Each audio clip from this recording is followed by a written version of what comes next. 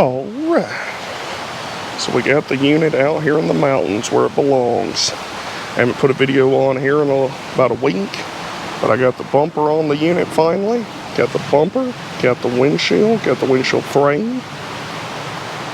So we're getting it closer to dialed in. I've got to get the tires on it, put my rack on it. I need to run some screws in the very top of the windshield up here. Finish attaching it. And then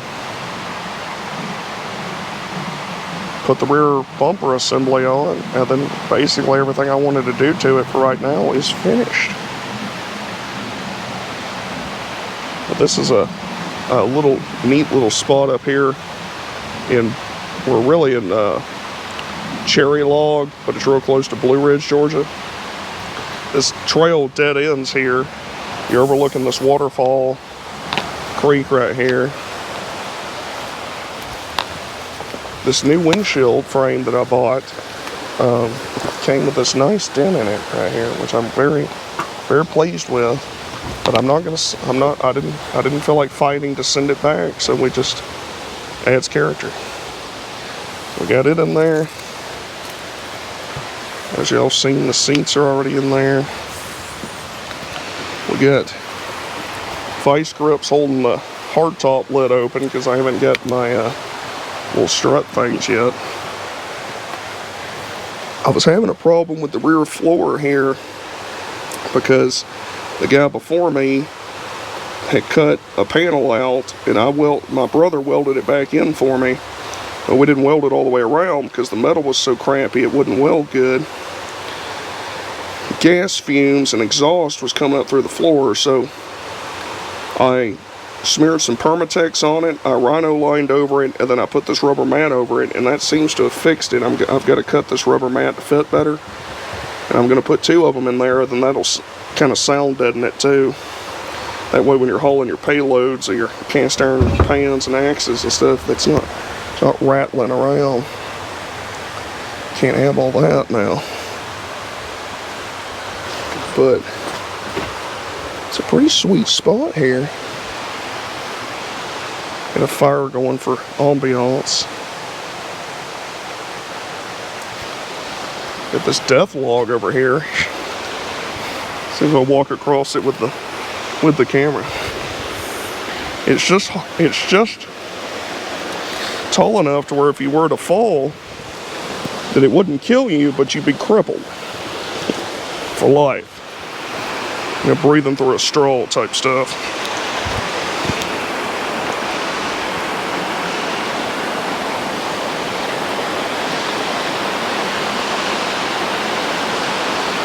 I mean, you're good, probably right here, you're probably a good 20 feet.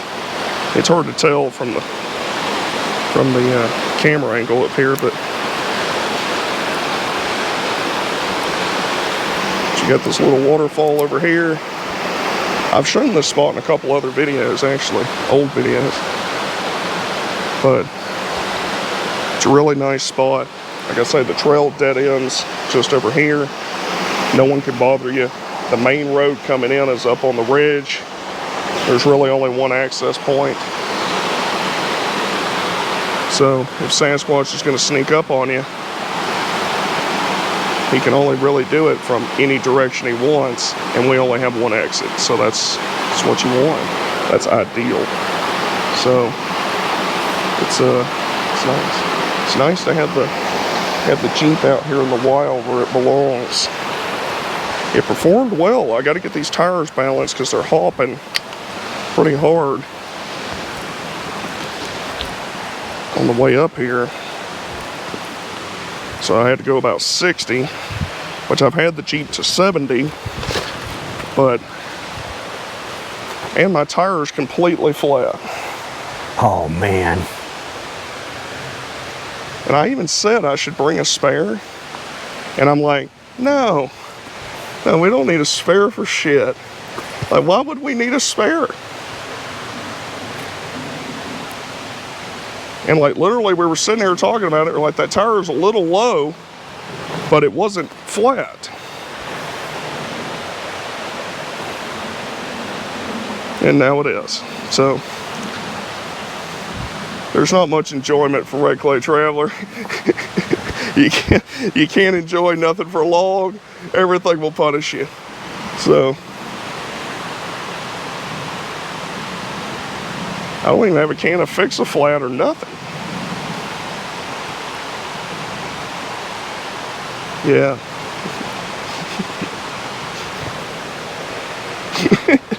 It's gonna be awesome, Brian. It's gonna be sick. I almost threw. I had a spare, and I don't know why the hell I didn't bring it with me. Just stuff it with your towel. Huh? Just stuff that towel in it. Yeah. That's all you had to do was cut a hole in the tire and stuff a towel, this hat and stuff in it. Well, I'm gonna go away now for a minute. We're gonna figure out this, and then I'll be back with you.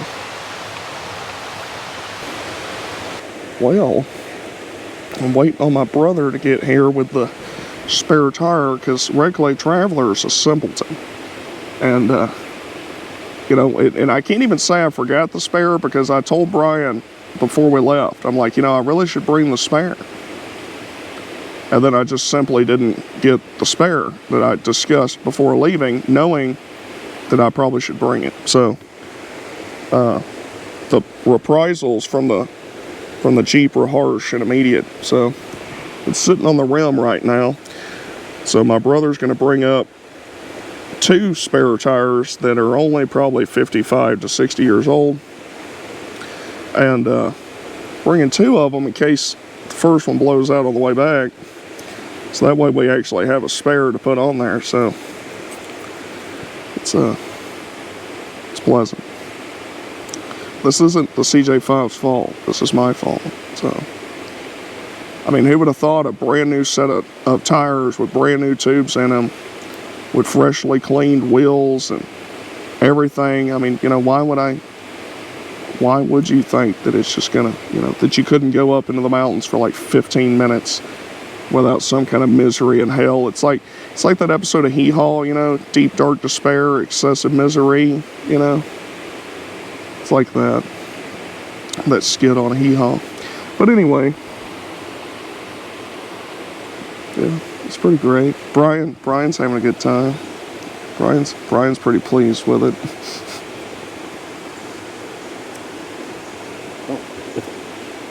But yeah, kind of wish I'd have fell off that log earlier that I walked out on. But then I wouldn't have had to know that this hadn't happened.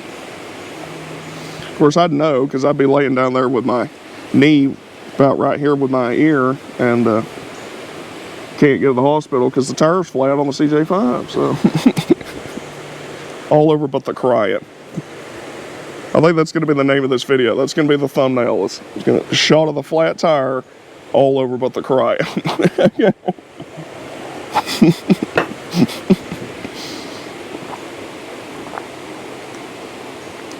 Picked a hell of a week to stop sniffing glue, let me tell you.